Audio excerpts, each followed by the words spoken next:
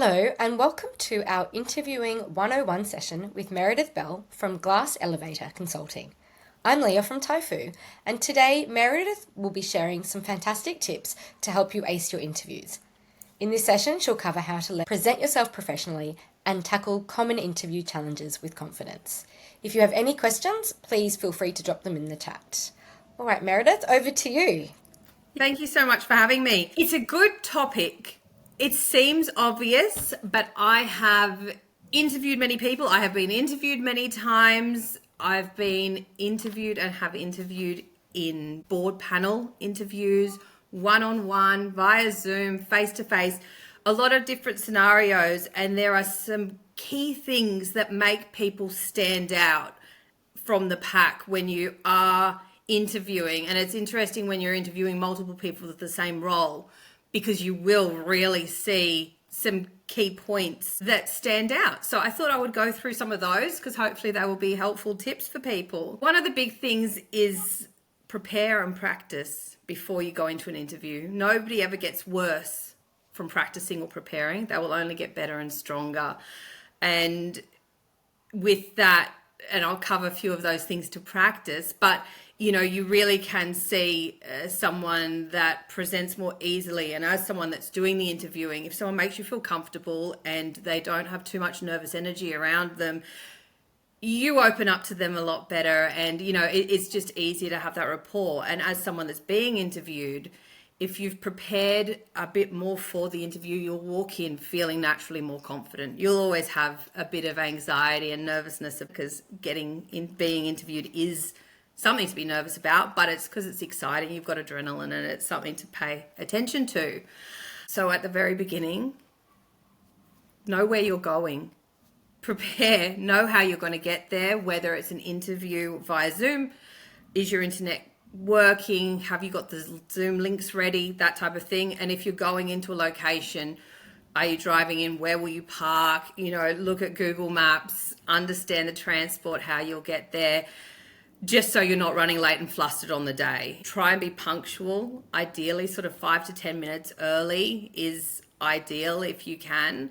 And if it is an in-person interview and you're waiting in a waiting room, try and look alert.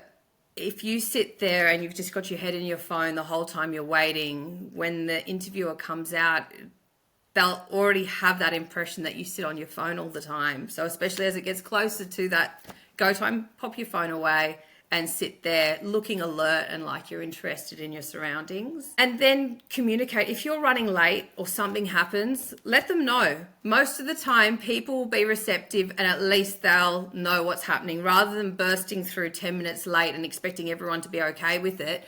Call reception, send an email, let them know the bus has been delayed, I couldn't find a park, whatever it is, but let people know and communicate it just so there's no surprises.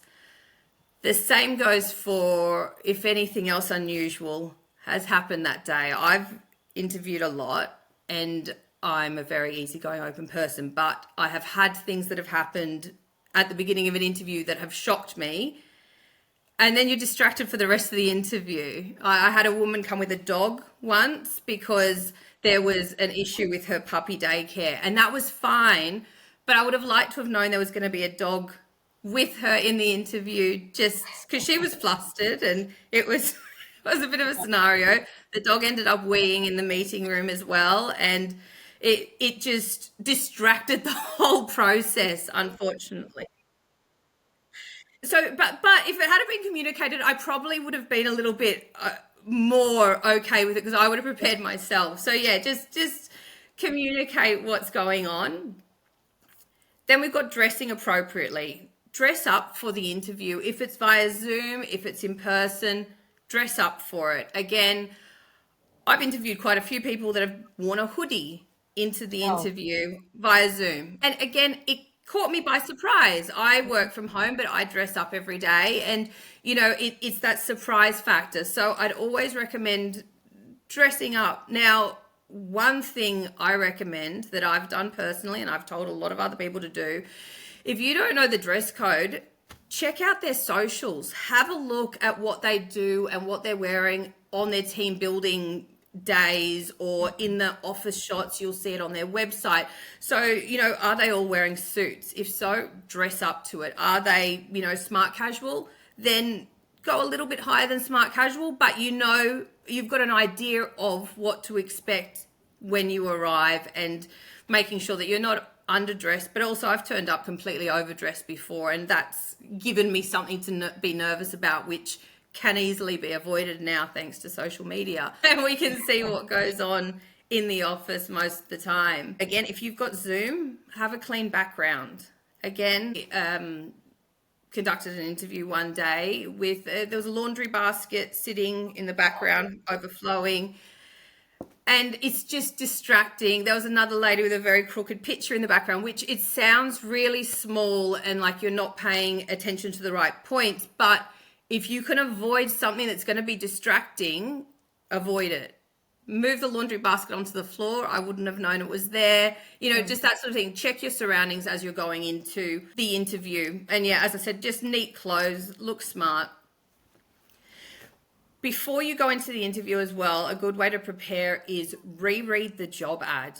If it's still up, ideal. Go in, read it, read the job description. You're going to be, one, aware of the skills and attributes that they're looking for, so that you know what strengths to talk to during your interview. But also the terminology. Every company uses different terminology, whether they call them customers, clients.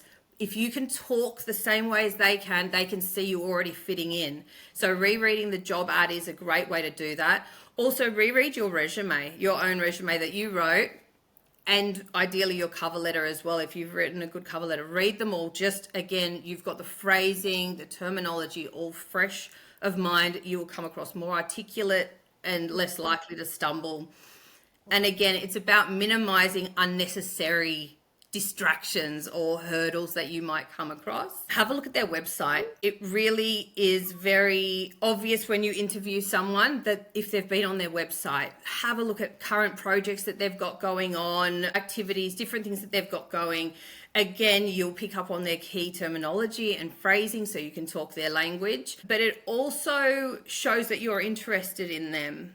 And I would say the same with LinkedIn. Have a look at if you know who's interviewing you, have a look at their LinkedIn, have a look at the company's LinkedIn. You don't need to go and follow everyone, but just be aware of what's going on. You also never know what through lines you will have as well when you're meeting with someone.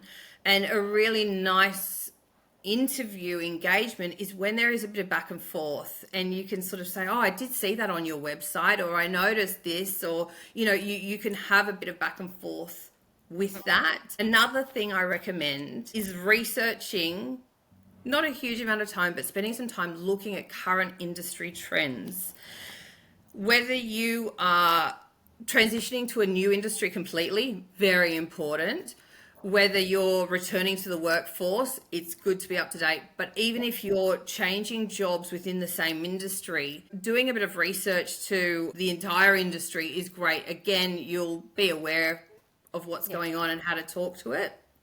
And then the other big things are, think of the answers. There's a lot of those typical questions that get asked, and you're lucky if they don't get all asked to you, but having an idea in your mind of how to answer them in a positive way, not coming across negative or not complaining, but working out phrasing and wording that you can give a nice answer that people are going to think, yes, that's someone that is supportive and is someone that we're going to want to work for.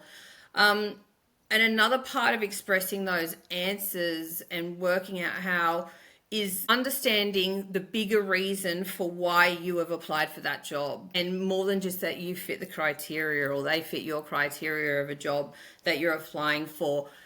Think about that, whether it seems like a good community, the company's got a great reputation, just something so that you can talk to them and really understand what's going on. There are the main questions, the tell me about yourself. Practice that elevator pitch just so you don't stumble straight away. That it can be personal, it can be professional.